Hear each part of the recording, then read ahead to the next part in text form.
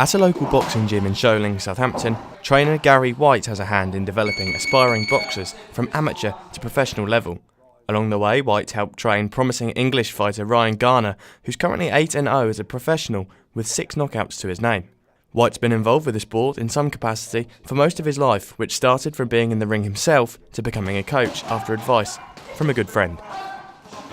I've always been interested, even as a little kid, and that I was mainly into football though, because I was quite good at it. I wouldn't say I was brilliant, but I was quite good at football, and I've obviously played a lot of football, but I always had an eye on boxing and always wanted to have a go at it, and then eventually around about 18, 19 I did. I decided to have a go. So I was boxing for the club and I got to about 25, and then I started working abroad and that, and I was alright as a boxer. I was only average. I was never going to make it like big time.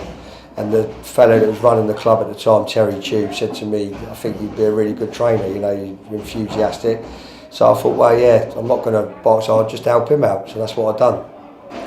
White is currently aiding the training of Harry Limburn, who turned professional in February last year. Limburn also has an impressive record, winning 3 out of 3 fights, and has big aspirations ahead for himself in the near future. So I'm 3-0 as a professional now.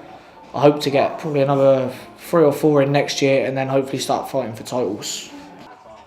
Limburn's boxing journey began at 11, and since then he's been hooked on improving and maintaining his love for the sport. Initially just watched it on TV, mate, when I was a bit younger, and I got into it when I was 11 years old.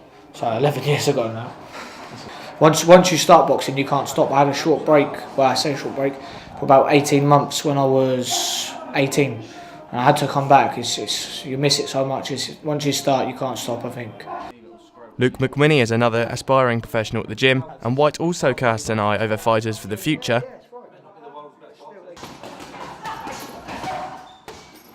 as well as spotting natural ability in girls like Layla Hargreaves, who's shown a passion for the sport by returning to training after taking a break due to her study commitments. Originally, I just came with him. He was like, "Do you want to just come along and see how you fancy it?" And I was like, no harm done. And at first, it was just like keep fit sort of thing, and then I could like actually do it. So it was like, we'll just see how it goes.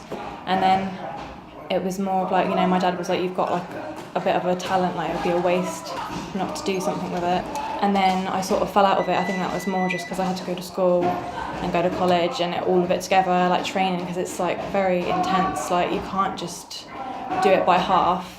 So I was a bit like, I need to put this aside for a bit. And then obviously my dad stopped coaching, and I was a bit like, I don't know if I'm feeling it now. But I've recently just come back. And, off of my own back, like, I come here by myself because I want to, and it's like, I don't want to say, I'm going to go back into it and I'm going to smash it, but I would like to try it again and see how far I can go, like, with just, like, by myself, if that makes sense. Boxing comes with a set of well-publicised risks, namely cuts and bruising, loss of teeth, internal bleeding, and probably the most talked about, concussions and brain damage. Limburn was quick to point out that there are already regular checks in place to assess a fighter's welfare regarding head injuries, which may not be common knowledge. I think the risks as a fighter, it's just what you do. And there's a lot of precautions in place. Okay, so there's always emergency services actually there on site, and something that I need to get done this month actually is my medicals. So once a year you've got to have full medicals as a professional, including an MRI scan for your brain. So if you have got head injuries, then you lose your licence. In amateur boxing, head guards are used for safety concerns, but they do not prevent a fighter from becoming concussed. They are instead used primarily to prevent cuts, scrapes and swelling. There are several medical suggestions published online that examine ways to improve the safety of boxing, such as wearing slightly oversized gloves in sparring to reduce the combined force of punches, gives advice to try and minimise headshots in training, and instructs ringside physicians that they should let nearby hospitals know when fights are taking place so they can take the necessary precautionary measures. A drastic recommendation came from an article on the website Science 2.0, which highlighted that various authorities have considered removing headshots from the sport entirely. If not removing them, then at least decreasing the emphasis on their importance in scoring points, say the Australian Medial Association. It was clear that the amateurs and professionals at Southampton ABC were strongly against this idea. Okay, so you mean no headshots? No headshots. I think that would be terrible. Yeah. Yeah, no good as a boxer, because it defeats the whole object of the sport. And the same as a viewer, but even worse as a viewer. Yeah, so no, I'm against that. They have probably made a lot of, over time, different measures have come in to try and produce like more safety measures. But at the end of the day, it's boxing. Like, you're not going to be able to not hit. That's the aim of the game, is to punch someone in the face. So I don't think that'll ever come in. I think that'll ruin the sport completely if they come out with that. You can't, because boxing's been going on for donkey's years. So I can't see that. I can see why they want to make it safer, and I'm all for that, because you're never going to take away the risks that's in boxing because of the nature of the sport. Obviously, it's not about hurting someone or trying to kill someone. It's a sport. It's meant to be enjoyable. I know it's people have got different opinions on it, but yeah, it's a sport. At the end of the day, you go in, you perform, and then that's it. You shake hands. But yeah, I do understand that there are risks, but it's the same with any sport, really. The last year has seen boxing rise to prominence from a younger audience. In February 2018, two of the UK's biggest YouTube personalities, KSI and Joe Weller, fought it out in an amateur boxing match in front of a sellout crowd at the Copper Box Arena in London's Olympic Park. The two world-famous stars boast a combined count of well over 20 million subscribers, and after 6 months of captivating build-up, took to the ring.